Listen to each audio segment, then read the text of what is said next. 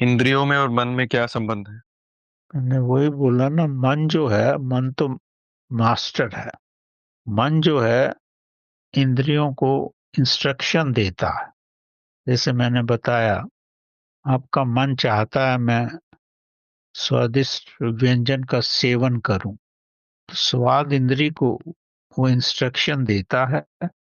भावना तो मन में पैदा हुई, अब इंस्ट्रक्शन स्वाद इंद्री को मिली, तो स्वाद इंद्री में ये वासना के रूप में प्रकट होगी, और आपके अंदर उसका इतना विकास हो जाएगा कि आप उसको प्राप्त करने के इच्छुक हो जाओगे।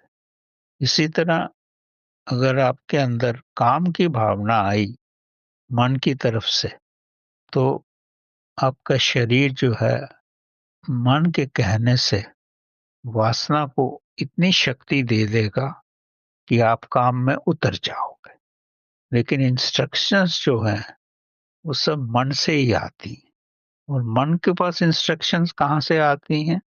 जब आप संसार में जो कुछ देखते हैं, या पुराना मन में आपके पास जो भी संकलित हो रखा है, मन को अवसर आने पर पूर्ण करना चाहता है, तो मन बेचैन हो जाता है और वो उसके पीछे भागता है। जब वो इच्छाएं आई थी, तब आपके पास वो सुविधा नहीं थी, और अब आपके पास सुविधा है। जैसे कुछ खाने की इच्छा हुई, तब आपके पास सुविधा नहीं थी। जब बाद में आपके पास किसी समय उस सुविधा आई, तो आप उस खाने पे ऐसे आक्रमित हो जाओगे कि जैसे इसके बाद आपको ये खाने को ही नहीं मिलेगा। तो शुरू तो आपकी इच्छाओं से हुआ है, आपकी डिजायर से हुआ है, वो मन में आई है, और मन ने इंद्रियों को प्रेरित किया है। तभी तो बोला जाता है ना, मैन माइनस डिजायर्स। अगर आपके अंदर डिजायर ही ना हो, तो आप भगवान का रूप हो जाते हैं।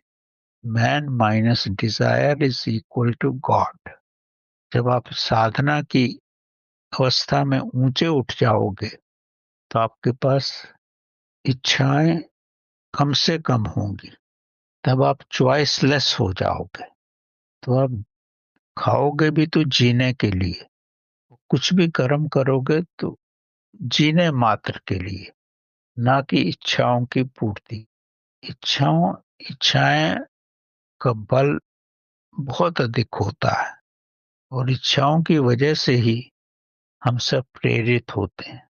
चाहे वो लालच की इच्छा हो, धन की इच्छा हो, काम की इच्छा हो, स्वाद की इच्छा हो, या अपने कार्य में कोई स्थान प्राप्त करने की इच्छा हो। सब कुछ इच्छा के कोई व्यक्ति फॉलो करता रहता। इच्छा ना हो तो फिर, इच्छा ना हो, वो जागरूक रहे, तो वो समाधि की अवस्था है। इच्छा रहे और सोता रहे, तो फिर तो वो स्वप्न अवस्था हो गई। जीवन में इच्छा रहित होना बहुत बड़ी अवस्था है। जी।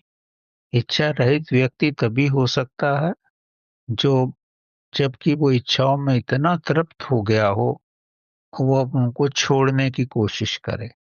जैसे एक व्यक्ति को आम खाने की इच्छा है, वो इतने आम खा ले कि वो बीमार ही हो जाए, और फिर आम से ही उसको डर लगने लगेगा, तो वो इच्छा रहित हो जाएगा, वो आम कभी नहीं खाएगा।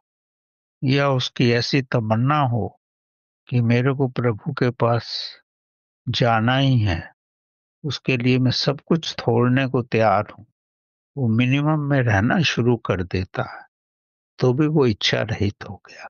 या तो कष्ट आपको इच्छा रहित करता है, या आपका मनोबल आपको इच्छा रहित कर देता है। आप क्या चाहते हो? अन्यथा इच्छा रहित होना संसार में बड़ा कठिन है। अगर आप लूक वार्म रहोगे तो इच्छा रहित नहीं हो सकते। या आप ज्ञान की अवस्था में आ जाओगे तो इच्छाएं आपको छोड़ ही देंगी। अगर आप ध्यान भी करते रहोगे रेगुलर बेसिस पे, श्रद्धा के साथ, तो भी धीरे धीरे आपकी सब इच्छाएं खत्म हो जाएंगी।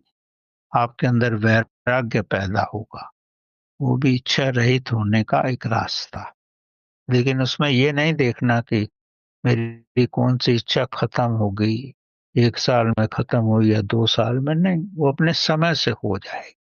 अगर आप रेगुलर रूप से परमात्मा की तरफ जुड़े रहे तो वैराग्य पैदा हो जाता। तब आपके पास सब कुछ रहेगा भी, लेकिन आपकी इच्छा ही नहीं होगी।